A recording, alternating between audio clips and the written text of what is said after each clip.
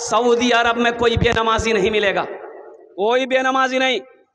Police हो चाहे अफसर हो, वहां की पुलिस जो ड्यूटी करती है ना, जो पुलिस ड्यूटी करती है, हमेशा गाड़ी लेके घूमते रहती है वहां की पुलिस। कुर्बान जाओ, जैसे ही नमाज का वक्त हो गया, जूता पहनकर ही, सर पे टोपी नहीं है, वर्दी पहना हुआ है, जूता पहनकर ही नियत बांधकर खड़ा हो जाएगा। और सुनो, नमाज के वक्त में कुछ सिपाही लोग गाड़ी लेके घूमते रहता है कि कौन नमाज नहीं पढ़ रहा है। दुकान है, अब बड़ा सिस्टम लगा वहां का। कुर्बान जाओ, अल्लाह दौलतों की बारिश वहां नाजिल क्यों नहीं करेगा भाई? अल्लाह बारिश क्यों नहीं करेगा दौलत का? सोना चांदी वहां से निकलता है। अरे सोने का खान है सऊदी अरबिया में, मदीना में। सोना वहां नहीं होगा तो कहां होगा? यहां होगा। हिंदुस्तान में कोयला है, सोना नहीं है। सोने का पहाड़ है सऊदीया में, सोने का पहाड़ है। अल्लाह ने सोने का पहाड़ बनाया है। वहां की गवर्नमेंट सोने का पहाड़ तोड़ तोड़ कर सोना क्या कहते हैं कि वहां की गवर्नमेंट सरकार बेचती है। और कुर्बान जाओ, तो पुलिस घूमती है, देखती है कि कौन नमाज पढ़ रहा है, कौन नमाज नहीं पढ़ रहा है। और मालूम हो, अजान होने के बाद कोई दुकानदार अपनी दुकान में नहीं बैठता है। और कुर्बान जाओ, मस्जिद करीब है, मस्जिद चले जाएंगे। मस्जिद अगर नहीं जा पाते तो अपनी दुकान में नमाज पढ़ेगा। अगर कोई बेनमाजी मिल गया, उसकी इतनी ठोकैया वहां की पुलिस करती है अल्लाह कि पिछवाड़ा फुला देता मार के। हाँ, मैं सही बता रहा हूं आपको। ये मैं आपको, जो सऊदी अरब रह के आया उनसे पूछिए, आप बता देगा। जो सऊदी अरब रह के आया है, मदीना रह के आया, उससे पूछो।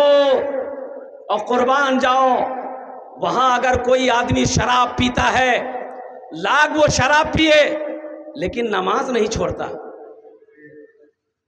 वो नमाज नहीं छोड़ेगा, नमाज नहीं छोड़ेगा। और कुर्बान जाओ, हम लोगों को यह हालत है, हम लोग परेशान हैं, हम लोग दुख में जिंदगी गुजार रहे हैं, हम लोग मुसीबत में हैं, लेकिन कुर्बान जाओ फिर भी होश नहीं आ रहा है, फिर भी हमें होश नहीं है। अजान होती रहती है, हम काम करते रहते हैं। अजान की आवाज कानों से टकराती रहती है, हम फोन से बात करते रहते हैं। अजान हो गई, नमाज का वक्त खत्म हुआ, अल्लाह हमें तौफीक नहीं दिया कि हम अपनी पेशानी को जमीन पर लगा दें। बताओ, जो मुसलमान होगा वो नमाजी होगा। जो मुसलमान होगा, काफिर और मुसलमान में एक फर्क जो है सिर्फ नमाज है। काफिर और मुसलमान में क्या फर्क है? अरे बोलो भाई, क्या फर्क है? नमाज। काफिर और मुसलमान में फर्क सिर्फ नमाज का है। काफिर मुशरिक नमाज नहीं पढ़ता है, मुसलमान नमाज पढ़ता है, यही फर्क है। इसलिए मुसलमानों, इसलिए मेरे नौजवानों, सिर्फ जुमा पढ़ने से नहीं होगा। वाह, जुमा पढ़ेगा, खाली जुमे पढ़ेगा, अब बाकी नमाज कौन पढ़ेगा? दादा बोलो, खाना 3 टाइम चाहिए।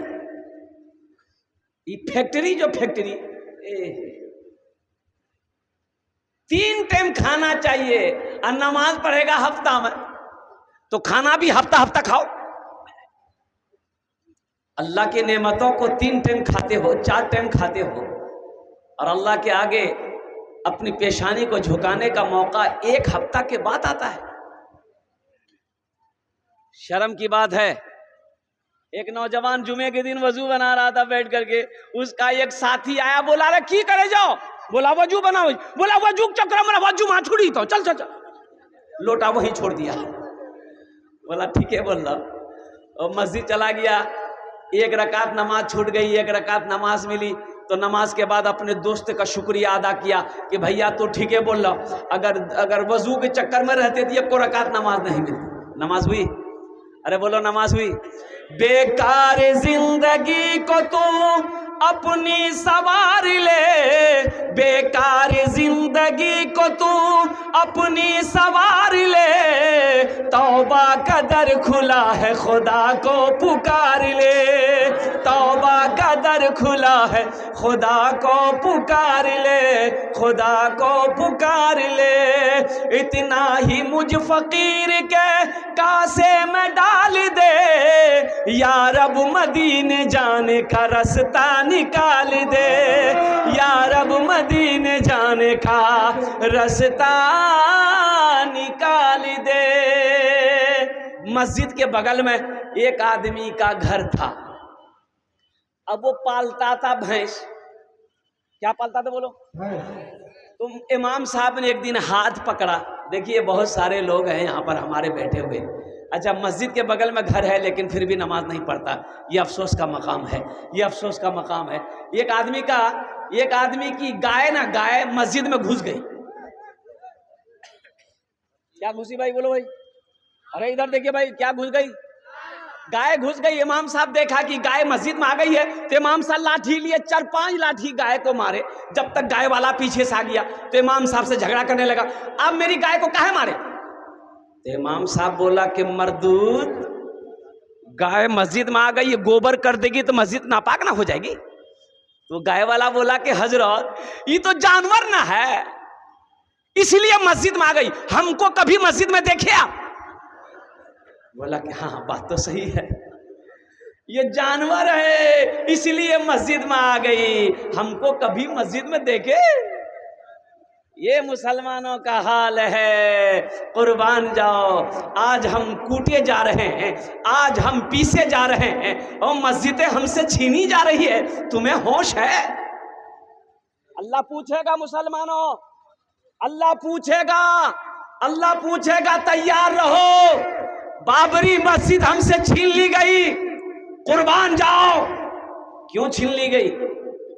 हमारी लापरवाही की वजह से। ज्ञानवापी मस्जिद वाराणसी में बहुत बड़ी मस्जिद है, वहां भी पूजा की इजाजत दे दिया गया है। वहां का जो हाई कोर्ट है उन्होंने इजाजत दे दिया कि इसके तहखाने में मंदिर था इसलिए पूजा की इजाजत है, जबकि इसका कोई सबूत नहीं है।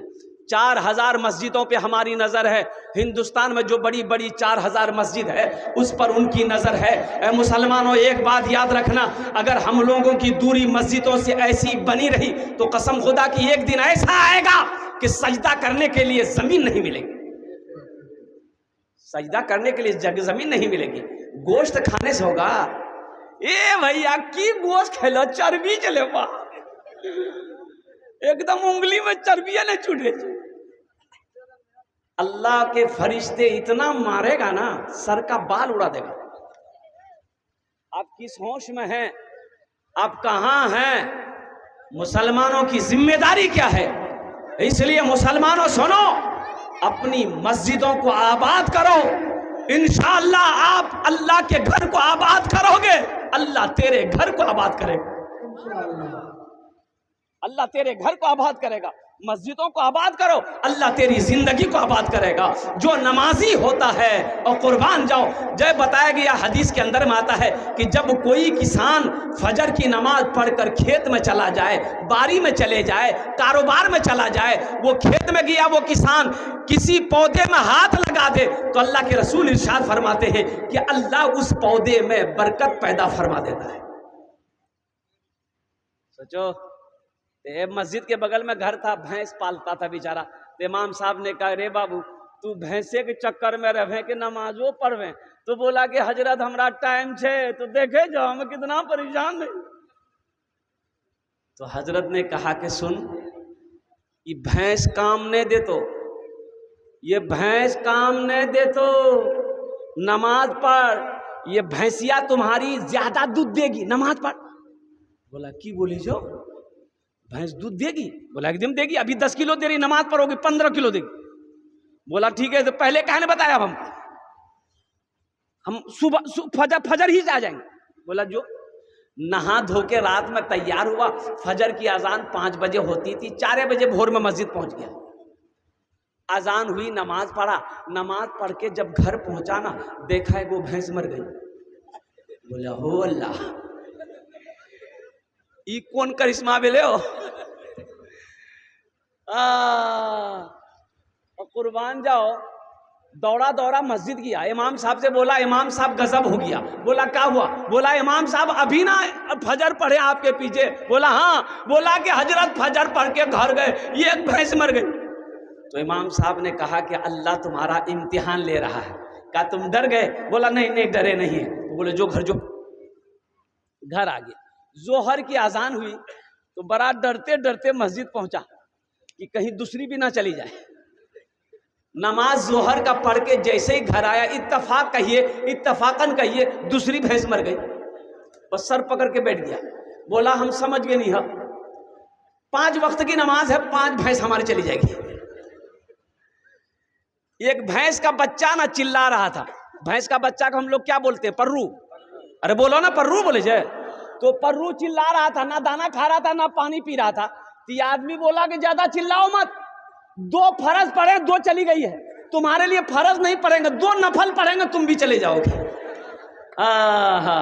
मुसलमानों नमाज पढ़ो, नमाज कुछ मांगती नहीं है, नमाज तो देना चाहती है, नमाज तो नवाजना चाहती है, नमाज तो देना चाहती है। शर्त है कि तुम पहले नमाज पढ़कर तो देखो, शर्त है कि तुम पहले अपनी पेशानी को जमीन पर सजा कर देखो। इसलिए किसी बंगला शायर ने कहा था कि नमाज नमाज नमाज के बोलो ना काज आछे, काज के बोलो আমার নামাজ আছে, নামাজ के बोलो ना काज আছে, काज के बोलो আমার নামাজ আছে, काज के बोलो আমার নামাज আছে।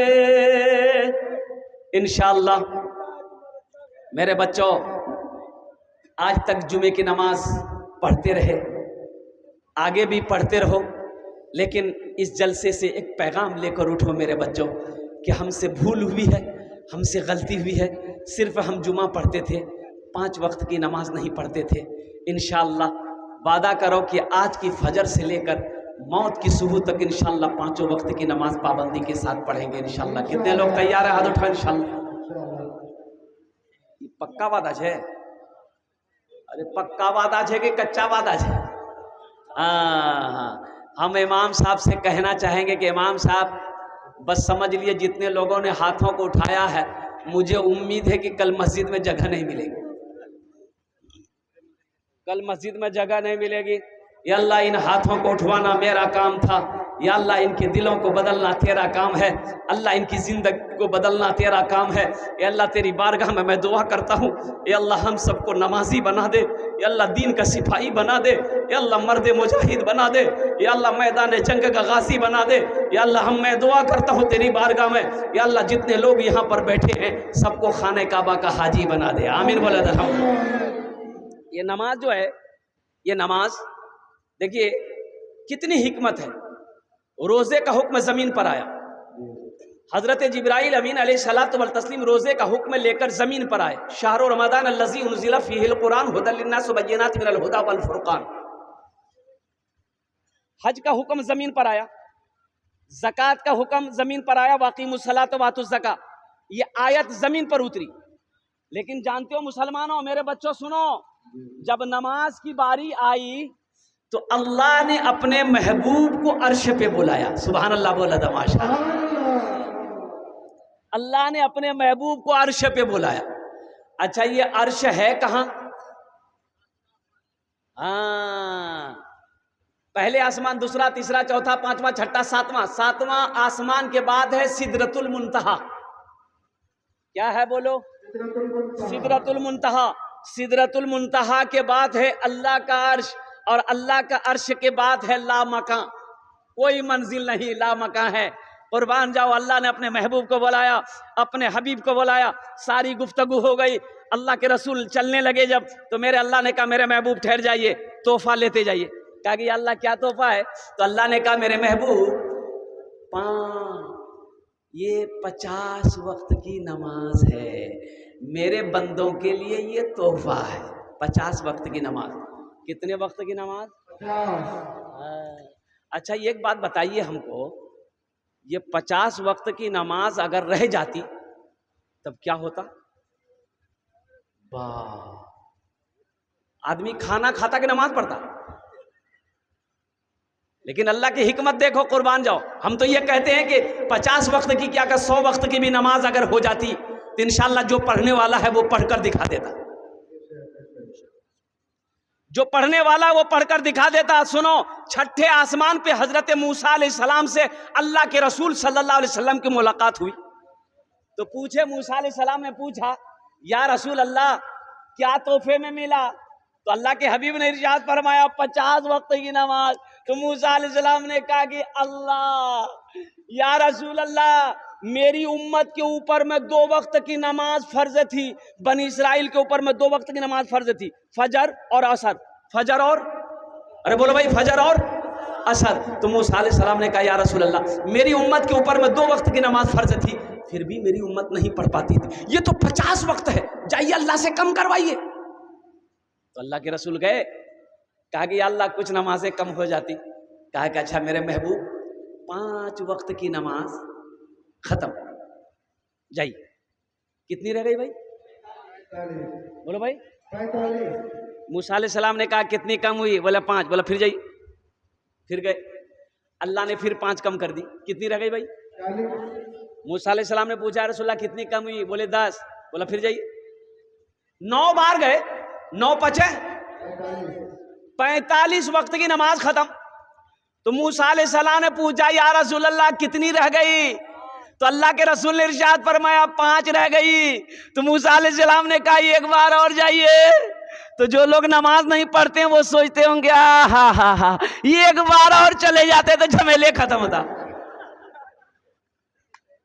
तो अल्लाह के रसूल ने इरशाद फरमाया मूसा, अब मैं नमाज कम कराने के लिए मैं अपने अल्लाह के पास नहीं जाऊंगा, मुझे शर्म आ रही है, और कुर्बान जाओ। अल्लाह के महबूब ने इरशाद फरमाया मूसा, मैं खुद नमाज पढ़ूंगा, मेरी उम्मत नमाज पढ़ेगी। तो सुनो, अल्लाह ने इस गुफ्तगू को सुना तो अल्लाह ने कहा मेरे महबूब, मैंने आपकी गुफ्तगू सुन ली है, मेरा वादा पक्का वादा है, इन्ना वअदल्लाहि हक़्क़ुन। अल्लाह कहता कि मेरा वादा पक्का है, मेरा कौल सच्चा है, मेरा महबूब मेरा फरमान एक बार होता है। तो अल्लाह ने कहा कि मेरे महबूब, मैंने 50 वक्त की नमाज दी, कम करके नमाज 5 रह गई है। ए मेरे महबूब, ए मेरे रसूल, ए मेरे नबी, ए मेरे हबीब, आपकी जो भी उम्मत, मेरा जो भी बंदा 5 वक्त की नमाज पढ़ेगा, हम उससे 50 वक्त नमाज पढ़ने का सवाब अता फरमाए। ऐ नौजवानों, मेरे बच्चों, 5 वक्त की नमाज पढ़ो, अल्लाह तुम्हें 50 वक्त नमाज पढ़ने का सवाब अता फरमाएगा।